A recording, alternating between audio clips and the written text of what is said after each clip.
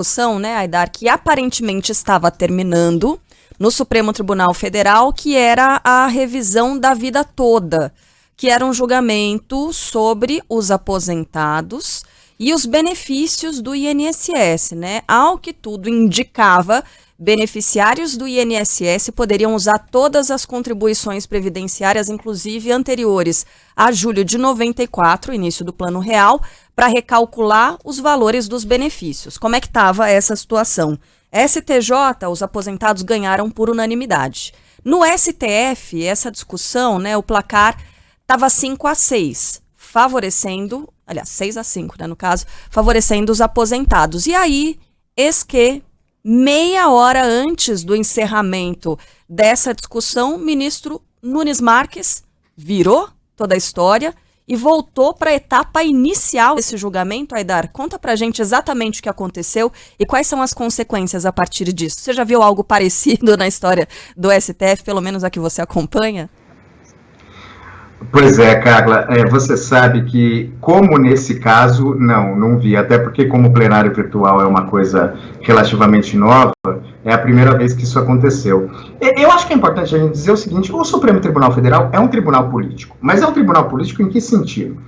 A Constituição é uma carta política, uma carta de princípios políticos, um conjunto de regras sobre os quais a gente, brasileiros, brasileiras, eu, você, Megali, Sheila, a gente decidiu, topou viver sobre essas regras. E cabe ao Supremo Tribunal Federal fazer valer a Constituição, essa carta política. É só para isso que serve o Supremo.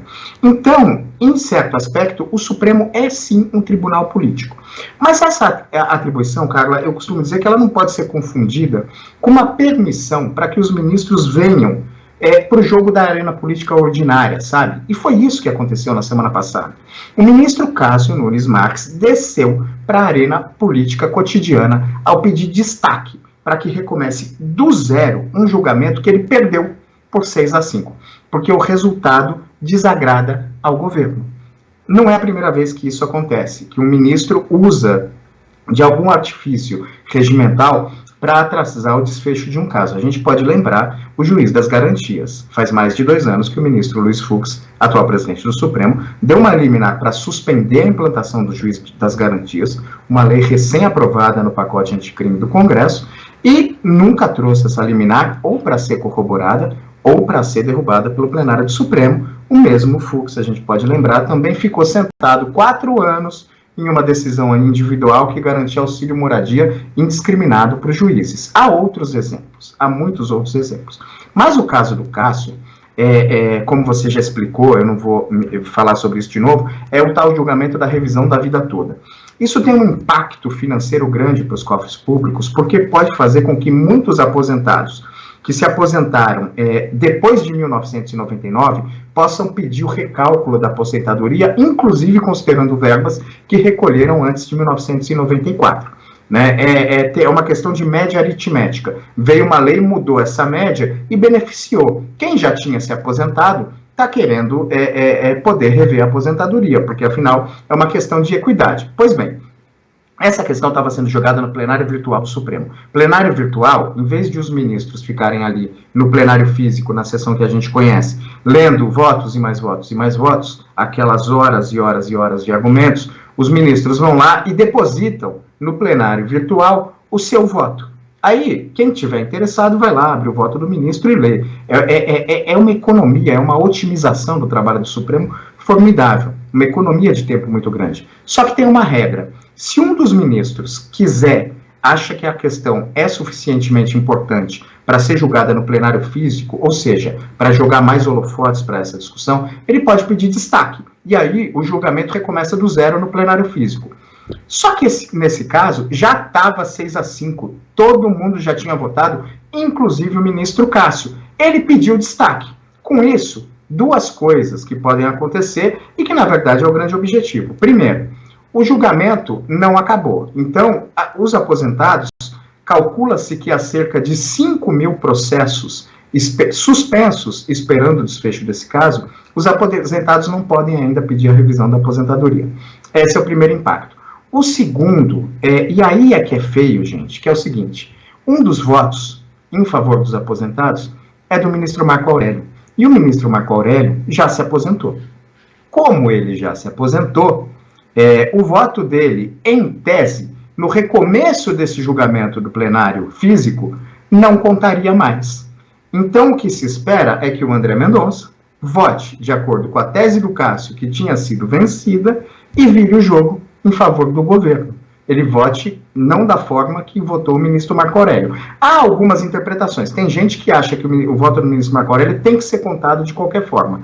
Apesar disso, a gente vê que a política cotidiana invadiu o Supremo Tribunal Federal e fez com que o ministro adiasse, sabe-se lá para quando, o desfecho de um caso na tentativa de virar esse jogo de uma forma, vamos dizer, no mínimo, feia. É muito feio quando o ministro desce do Supremo Tribunal Federal para fazer o jogo político. É bem antiético. Ele vai ter o argumento técnico a favor dele de que a decisão foi tomada por um Supremo Tribunal Federal que não existe mais, porque ainda havia um ministro ali que hoje já não faz parte mais do corpo do STF, mas a gente sabe que foi uma manobra política pró-governamental e nenhum ministro do STF deveria ser um agente do governo. Eles são guardiões da Constituição, portanto agentes de Estado.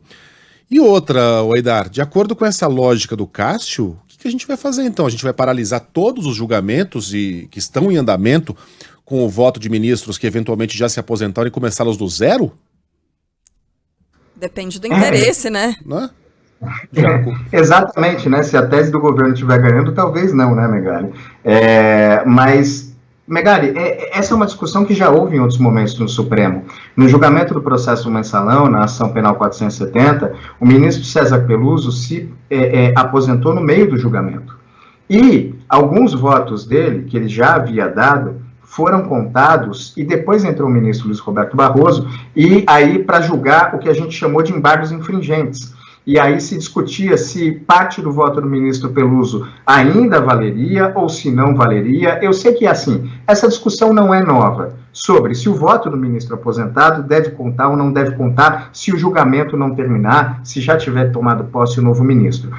O ministro Marco Aurélio fez um pedido expresso para o ministro Luiz Fux antes de se aposentar. Ele pediu que os votos que ele já tivesse dado nas questões que estavam suspensas por pedido de vista ou por qualquer outro motivo, fossem computados. Esse pedido não foi acolhido, até porque eu acho que regimentalmente o ministro Luiz Fux não poderia acolher esse pedido. De qualquer forma, quando o julgamento está em andamento, na maior parte das vezes, se computa o voto do ministro que está aposentado, porque ele já votou.